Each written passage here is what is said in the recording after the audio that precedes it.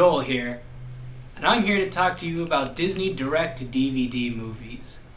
Now, direct-to-DVD movies, especially the ones put out by Disney, typically get a bad rap, and as well they should.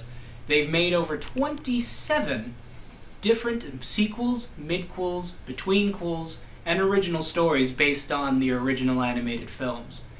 A lot of people complain that these actually dilute the characters and the classic stories, with good reason. However, there are some that are actually pretty good.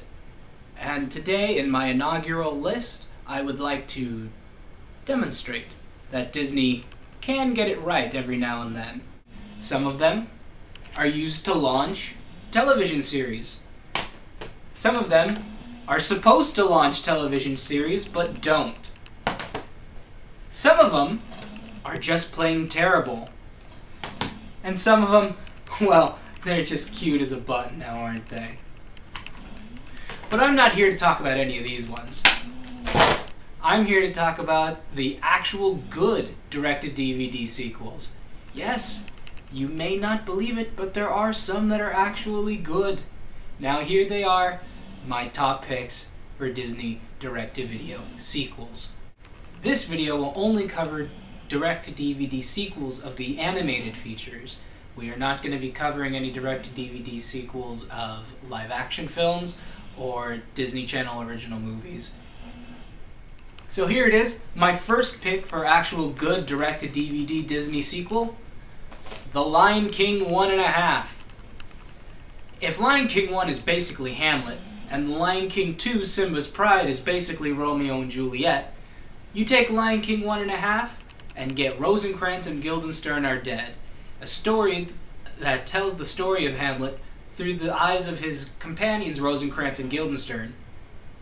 If Hamlet is Simba, then Timon and Pumbaa are Rosencrantz and Guildenstern, except in this one, nobody dies in the end. Here are the top 5 picks, though, that I would say are the best. Lion King 1.5 is basically just an honorable mention. Here are the real top 5.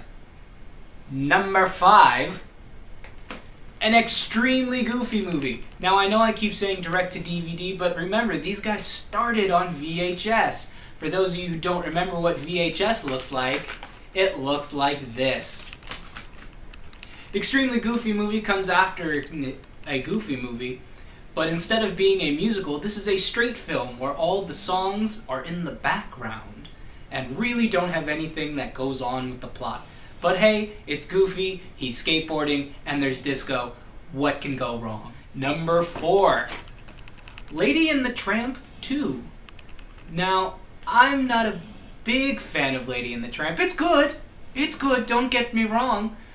But there was something about Lady and the Tramp 2 that just really got to me. I don't know if it's the cute dogs, if it's the scene in the junkyard, which is the second best musical scene in a junkyard that I've ever seen.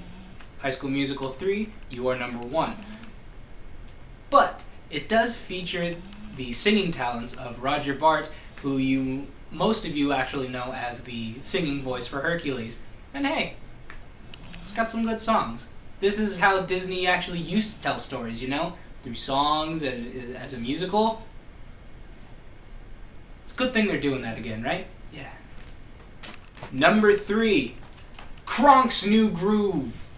Sure, it has only the most tangential relationship to its original, The Emperor's New Groove, but you take the funniest character in the film, plus you have the great deadpan that Patrick Warburton does, and you get a winning direct-to-DVD movie.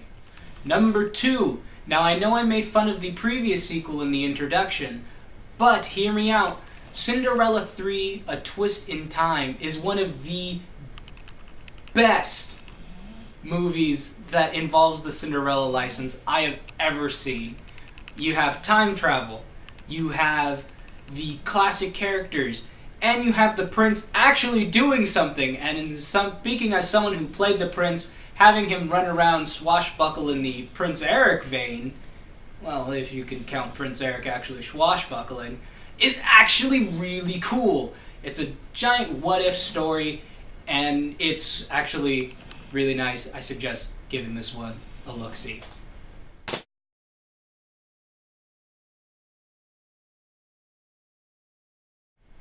And the number one, well, actually it's a tie because there are two of these movies, and they're both really great, and they average out to a really awesome trilogy.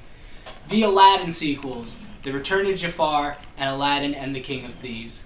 Now, you really can't go wrong with these. You have all the original voice cast, minus Robin Williams for Return of Jafar, and Robin Williams returning in Aladdin and the King of Thieves. These guys, when you put them all together, actually make one coherent story, and you can pretty much cut out the entire animated series if you wanted, and you have one giant... I can't even describe it. It's amazing. So there you have it, the best direct-to-DVD sequels ever made by Disney. Now, I plan on making this little video a running theme, a running list of my favorites of whatever, so you can look forward to another one of these very soon. For those of you who don't remember, Joel. See you next time.